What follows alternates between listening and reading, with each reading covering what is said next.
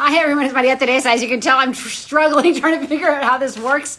Nice to see everyone, and welcome to a live. We're excited because we're going to be having Senator Klobuchar, who's joining us right now. And let me see if I could bring her inside the conversation. More importantly, let's see. Let's see if we could bring her in. And Isabela. Let me see if I can bring her in as well.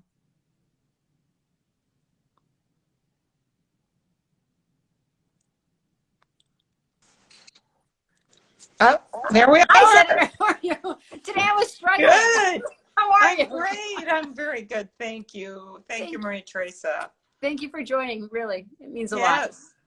Yeah. So we have one more panelist, and I'm trying to see if I can find her. She has her name is Isabela Merced. There she is. She just joined, and let me wave her back. Excellent. And let me add her. Good. There she is. There we go. Let me add her. Awesome.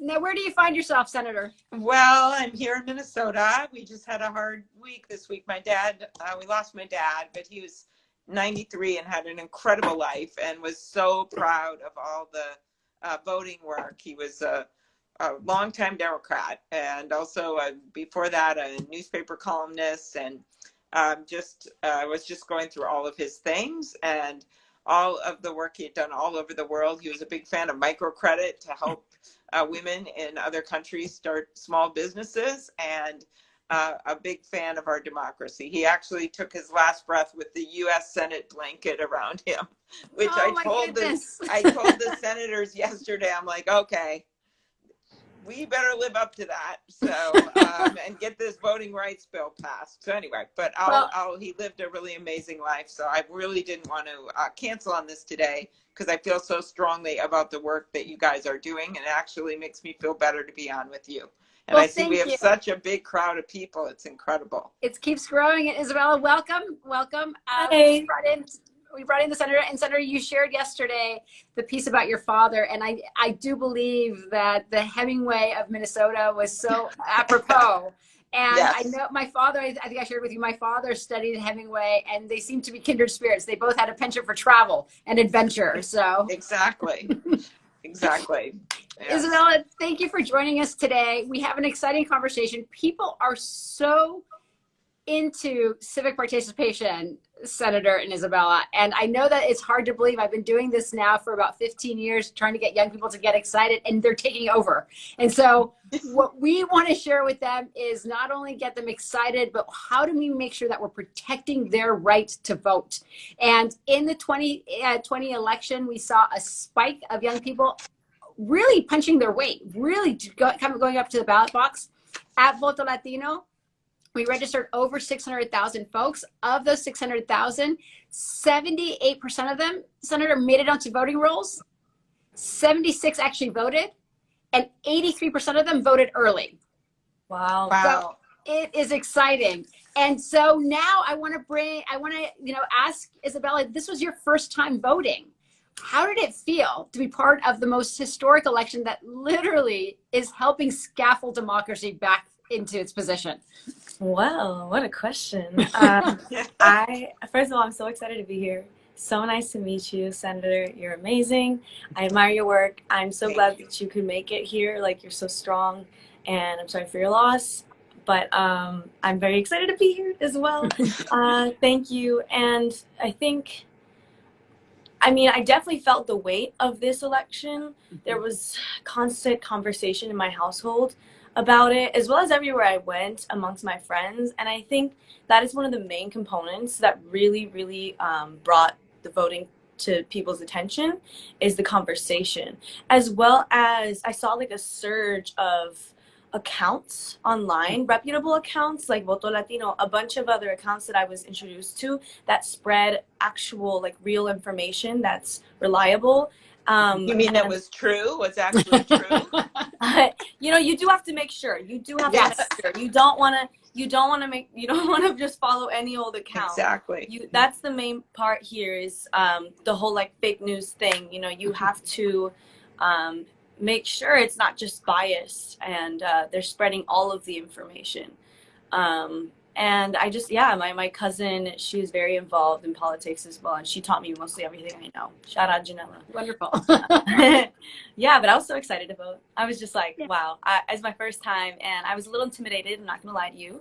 But the reason why I ended up feeling comfortable in the end was because of, you know, my family reminding me, as well as how easy it was for me to vote and how easy it was for me to register. I could just register online, send the paper, or send it online, and then I get a mail back in my house, and it was just so simple, and I felt a lot better about it in general. So you mentioned a couple of things, that it was easy for you to vote. You understood the process once you got the right information. But now we're facing an onslaught of states that want to eliminate that easy access. Senator, what are you doing to combat that? Because I think that you have been at the forefront. Votolatino was working with you last year when you were trying to get extra, about $4 billion into some of the relief bills to ensure that people had access to the polls. Can you talk about what the state of play is right now? Talk about a little bit about the For the People's Act. Sure. Well, first of all, the state of play is in all your hands. Yours, Maria Teresa, and yours, Isabela. And could I say, Isabela, that my daughter's favorite thing growing up was Dora the Explorer. Okay? Hey, tell her I said hi. Oh, exactly. And also, your work is incredible, and it's just an honor to be on here with you. And when I look at what's happening right now, I mean what I say. If it wasn't for votolatino in Georgia, where you registered 15% of all new Georgia voters in between that general election and then that runoff, where we got two incredible senators in Senator Ossoff and Senator Warnock. And literally it would not have happened without you. Anyone, you look at all those people on TV talking about the numbers, it's because you guys got people to vote. So what's happening right now is we're going to have another election in Georgia. Senator Warnock is up in 2 years, and we're going to have very key elections in Arizona and so many states. And there's a whole bunch of people that, instead of just saying, hey, we lost, so we better change our message and be better on immigration, or change our candidates, the Republican Party, what they're saying is, we just want to make sure all those people don't vote again.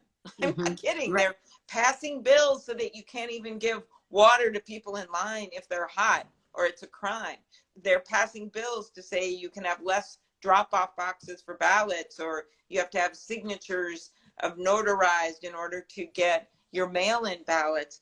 And they're basically trying to make it harder to vote. And I think Reverend Warnock from Georgia, our new senator, said it best when he said, all this is some people don't want some people to vote. And so over 350 bills have been introduced to do that. That's not America. That's not democracy. So we are charging ahead with a bill called the For the People Act, which sets minimum standards in place nationally so that you be able to vote early. You're able to get an absentee ballot. You can register the same day. Just all kinds of things that are going to make it easier. Or you get automatically registered when you get your driver's license. Duh. Yes. Things like that would just make it so much easier. I mean, we are like the most technological nation in the world, and we can't pull that off. People get a social security number right away, but they can't get registered to vote. So we have the power to do this under the Constitution, really clear. It said that Congress, it's not even one of those questions that the Supreme Court can mess around with. It says Congress can change or alter the federal elections. And so we need to change it so we have true democracy, instead of people waiting in line in garbage bags and homemade masks like they did in Wisconsin, or laws that are passed that are clearly discriminatory against Latinos, against African Americans, or having what we saw at the Capitol with an insurrection of white supremacists incited by a president that basically told them a lie. We win when we can vote. And that's what this bill is about. And we're very excited that it's headed to the Senate floor. First hearing ever, because I got the gavel. First time we got a tied vote, but we had, Ted Cruz had 47 amendments. And we got through all of them. So now we're done. Yes, Isabel, I know you've had to do like long days of like shooting movies and stuff. Try doing 47 of Ted Cruz's amendments. So anyway, that's like you're a finding bad your way. movie You're over finding and your over way again. into heaven with that, Senator. Exactly. Exactly. So anyway, that's what's happening. We're heading with the bill to the Senate floor, and it's passed the House. So that's good. And this is, I mean, this is huge because what the bill does is that it modernizes our election system. And I think when we see Senator Warnock saying that he doesn't want, there's certain people that they don't want to vote, it's less code about young people and people of color and people who are want to be able to demonstrate that the system works for them. Isabel, what did it feel like the first time that you cast that ballot and the anticipation of who was going to take the White House and the Senate? How did that feel? I think in order to get into that, I have to like explain the process a little bit because it's nothing like I had imagined. But you know, in one word, I'd say it was empowering. I felt like instead of sitting back and watching other people make choices for me, for once I could maybe do something for myself and my community, because there were other bills and things that local government wanted to pass on literally my city that I was living in, and it had to do with the schooling system. So my little brother who's still in school, like I was like, oh, this would be good for him, let me vote for that one. And you know, it was a little nerve-wracking. I messed up something on the address, but other than that, it was a smooth process, and overall I was like, yeah, I could definitely do this again every 2 years, you know. That's exciting. And so we have now, Senator, a brand new voter in part of the system. What does she need to do to help you pass the For the People's Act? Just first of all, call your members of Congress, text them, email, talk to your friends, get them to do it and say, pass the For the People Act. Once we start doing events, I think you're going to see more and more members because of the great work that President Biden and Vice President Harris have done in getting the vaccine out. We'll start seeing more events. And when that happens, when that magic moment happens, you know, show up and talk about the For the People Act and volunteer. There's campaigns starting already in Senate races and congressional races, and they want to change this too. So it's just get involved and do whatever Maria Teresa and votolatino tells you to do. I'm going to quote you. Send you but this is the thing. Because I really think sometimes you think, what should I do? And the ideas for votolatino come from the grassroots, but they also give you ideas of what you can do. And we're running a campaign. We're part of a larger coalition, but I think sometimes when people get into the process, I used to work on the Hill a long time ago, and it was an eye-opening experience because I realized that when someone calls, my congressman would listen. And I think that that's what folks don't realize. Those phone calls, how does that change your mind? How does that influence you? You hear about it. They say, oh, hundreds of people just called about, I just saw scrolling down there, DACA and Dreamers or immigrants' rights. I'm just saying what people are saying on the screen here. You find out when people are calling, right? And so they tell you every day how many people called and what they said. And then you also get emails, Twitter feed, all kinds of things can really make you realize there's a lot of people out here that care about this issue and they care about voting, and that people shouldn't be taking people's voting rights away from them. And it does make a difference because all of a sudden that constituent oftentimes represents so many people that didn't have the chance to make that phone call or didn't know how the system works. So Isabel, you're going to learn more about how we're participating in getting the For the People's Act. We're also going to get involved in a couple of lawsuits with these states because we believe that they have to play fairly. Senator, when you ran and you were getting into, what was your first piece of advice that you heard running as a candidate about enfranchising and getting other people involved in your campaigns? I think it's good for them to see the back. Right. Well, I always had less money than my opponents. They didn't come from a political family or from money. And so the first advice I got was just call everyone you know, ask them to volunteer, ask you to help. And so I'd always have like people at the parades. That was a big deal. So it was that idea that you don't just have to win with big money. And then I think you heard the story, Maria Teresa. I'm calling one time. I'm calling for money, and no one will call me back because my last name is hard.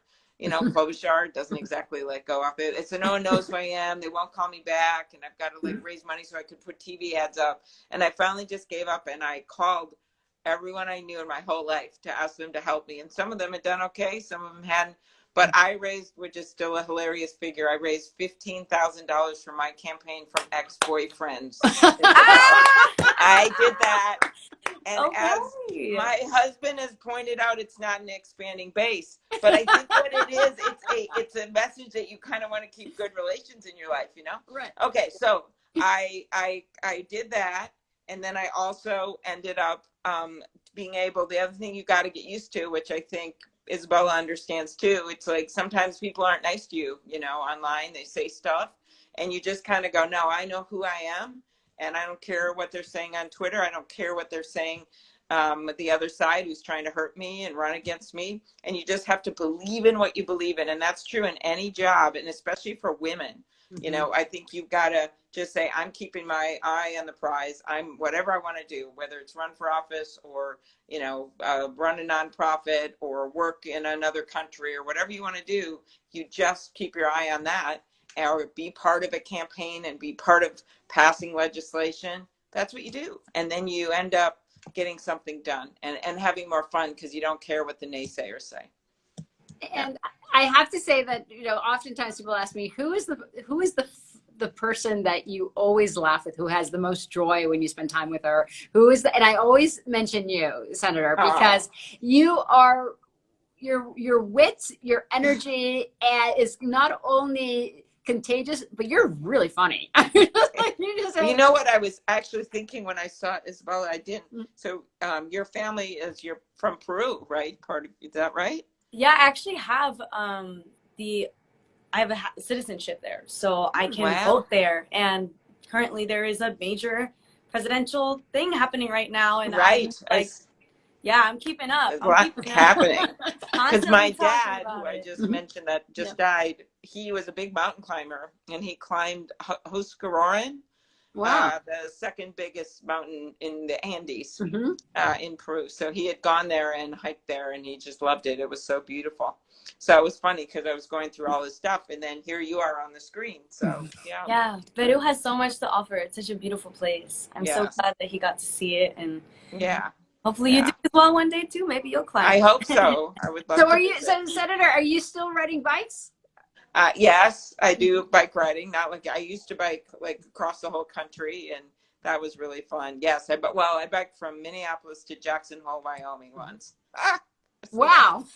Yep, I did that, and I have a daughter now who lives in Brooklyn, so she's great, and I'm going to see her soon next week, and she's really. I think people are feeling better and better as the vaccine keeps getting out, right, about going to see people, and that's going to be really, really important. That's so special. And Isabela, what projects are you working on? And can I ask you, when you were walking through the process of getting ready to vote and to do research, did you find any parallels on how to do that research with your career, or was it a completely different experience? That's a very interesting question, because there are a lot of parallels.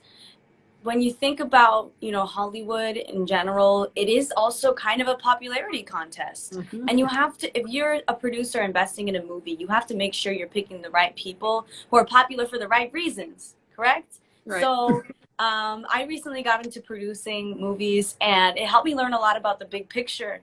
And you have to do your research. You have to reach out to people. You have to call people, have uncomfortable conversations, and make sure you got everything that is right for your specific project, your baby. And I think that's how we all need to look at it. And we all need to look at this bill as empowering. And it's a way for us to come together as a group and work towards one thing. I think, you know, that is the key to really get what we want, is to come together. That is something that a lot of people have mastered, but a lot of people don't know about, you know? Right. I think the other thing about the bill, it has voting standards, but it also does something about money in politics, which takes away people's power. And it says that you can't give $10,000 and no one knows who you are. Right. And I think there's things about the bill that people would help us so much to be able to get things done, like climate change legislation, and doing something on police reform, and getting things done on women's rights, everything, because it would basically unveil and show exactly what this bad money is that's out there. Because right now it's all hidden. Well, and Facebook is a perfect example. You don't know where some of the funding comes from if it's done anonymously through some of those sites. We don't know where it's coming. So it would actually create that clarity. So one question we have is, Senator Manchin recently said that he would pass some sort of the preclearance for all 50 states and not do the whole thing. What's your opinion on that? So what he was talking about is this John Lewis Voting Rights Act, which is really good. I'm co-sponsor, and it basically takes care of a bad Supreme Court decision. In the past, when discriminatory laws would be enacted in certain states that had a history of that, you'd have to go to the Justice Department before they did and say, is this okay under the law? So we bring that back. That's a really good thing. It would help in certain states. But you can't just do that alone. If you just do that alone, you don't take care of the fact that you've still got dozens of states that you have to give an excuse to get a mail-in ballot, or that don't have same-day registration, or even some states that make you, if you want to get a mail-in ballot, you have to get it notarized by a notary public. And there are stories of people who had COVID, that they were in their hospital rooms and they had to have a notary public through a glass signing the thing. And so that's crazy stuff. But the problem is, just the John Lewis Act won't fix that, because that's more about stuff that happens in the future. And we have things we have to fix now. And that's why you want to pass the For the People Act and the John Lewis bill. That's super helpful. And so one of the things that we'll do at Votolatino is we are part of the coalition. We're going to tell our members when they have to vote, when they have to call to make sure that the senators are voting the right way, and ideally plugging into some of these local events that are happening. One of the things that I think the 2018 and the 2020 election taught us is that when the multicultural America, the future that is here already, when we vote, we make incredible change. And what we're seeing is a lot of state legislators that want to change the rules because they didn't like the results of the election, even though they were fair and square. And what really bothers me, Senator Isabela, is the governor of Georgia wanting to change these rules, but he used drop boxes. He used early voting. He did all of these things now that he wants to gut and purge. What is one clear message from each of you of why we need to enfranchise voters for our democracy? You go, Isabela, first. Well, I mean, it's all about educating, first of all, and that's, I feel like, what Votolatino and we are doing in general, but also, it's coming from a place where before, we didn't even realize how disenfranchised we were, because now after the pandemic, we have all this access. We had all this access during voting to be able to speak up and vote. And I think voting is definitely a privilege. For 100%. A lot of people don't have the privilege of voting and actually trying to make a change in their community. So I think it's important to not only educate my audience, but also the people around me, people who have been mistaken from maybe, specifically, I guess I'm speaking about my family. They come from a country where the situation is completely different politically. But it's easier for them to compare their politicians to our politicians. But by doing so, you're automatically erasing whatever it is that these people have stood up for, or maybe what they speak up for, but they're just kind of comparing them. So they're like, oh, I'll vote for this person, without ever really educating themselves. And I think it's important to just spread the right information and spread information as much as possible. And I definitely will be calling Congress and calling my local government, and I hadn't been doing that, but thank you for telling me to do so, because now I will, and I will also spread the word. That's what I'm trying to do. Senator? I think never giving up hope, knowing that you can make a difference. I mean, look at that, what happened in Georgia. No one ever thought we could have these two incredibly strong candidates, one African-American, only their third African-American senator in the Senate right now, with Kamala having become vice president, which was a pretty good reason.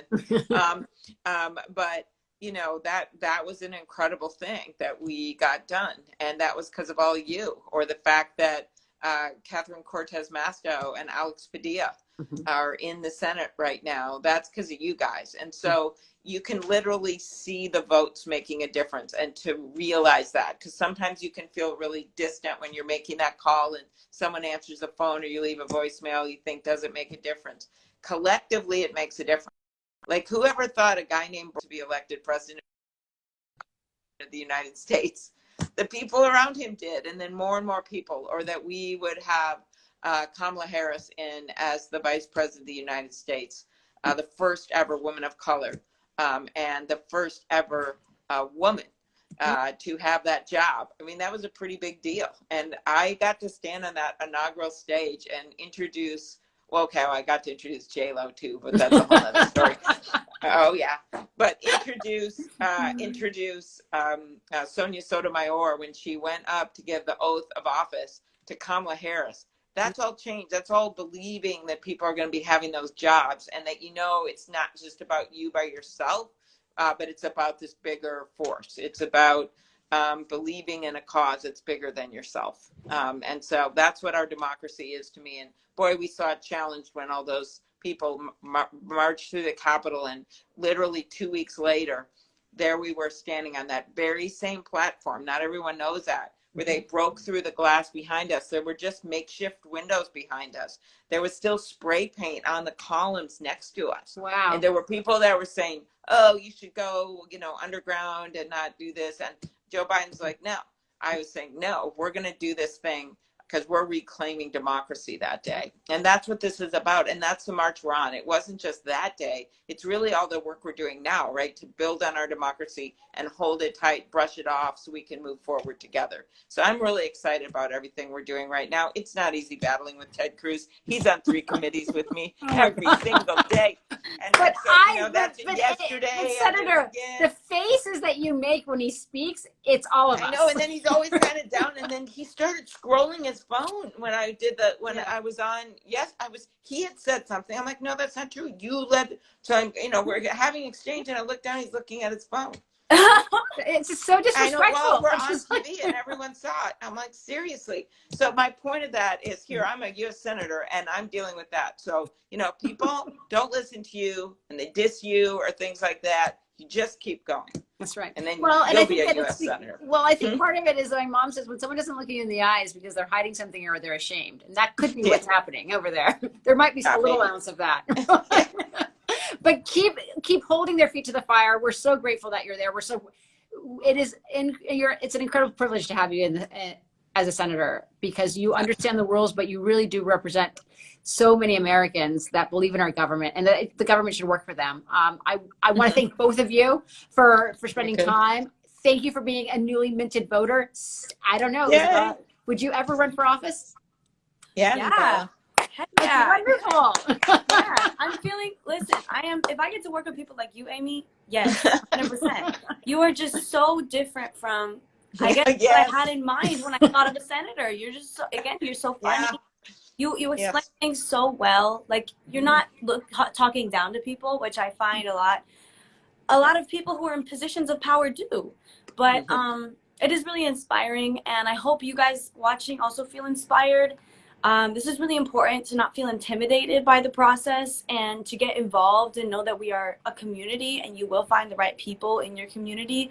And thank you so much for having me. Thank you. Don't forget, folks, we are going to bother you to make sure that we pass the For the People's Act, because we want to make sure that our democracy is strong, and it's only strong with our participation. Everyone, thank you so much for joining. Senator, thank you for taking the time. Isabela, I'll meet you soon. Be well, everyone. Thank you. Okay, I'm going to call my daughter and tell her I got to do something with Isabela. That's my Yes, what's her name? Abigail. Abigail. She's a great kid. Okay. Be well. Bye-bye. Say hi to her. Bye-bye. Thank you, everyone. Ciao.